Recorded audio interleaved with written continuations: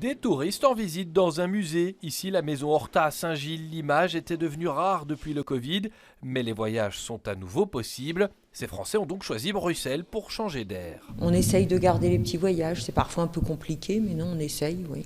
Oui, oui. On a commencé hier par l'Atomium et Mini Europe, puisqu'il y avait des animations d'Halloween. Et aujourd'hui, c'est une journée Horta. Donc ce matin, on était au centre belge de la bande dessinée. Et cet après-midi, on visite la maison de Horta avant de repartir sur la Grand Place.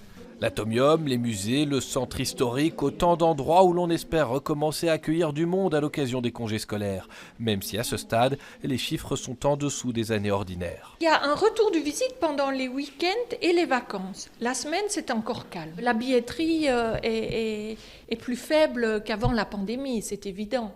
Et donc, nos budgets sont toujours calculés avec une part de billetterie qu'on est obligé de prévoir et on ne sait absolument pas comment le tourisme va reprendre ou comment les Belges et les Bruxellois vont revenir au musée. Même constat dans le secteur de l'hôtellerie. À Bruxelles, le taux d'occupation y est actuellement de 47% dans les hôtels contre 80% en 2019. Nous avons plusieurs hôtels en Belgique.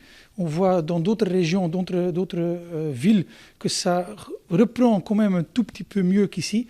Mais sur Bruxelles, ça reste quand même hyper compliqué. Ouais. À défaut de reprise, le secteur du tourisme constate un frémissement. Pour un retour à la normale, certains craignent de devoir attendre 2024 voire 2025.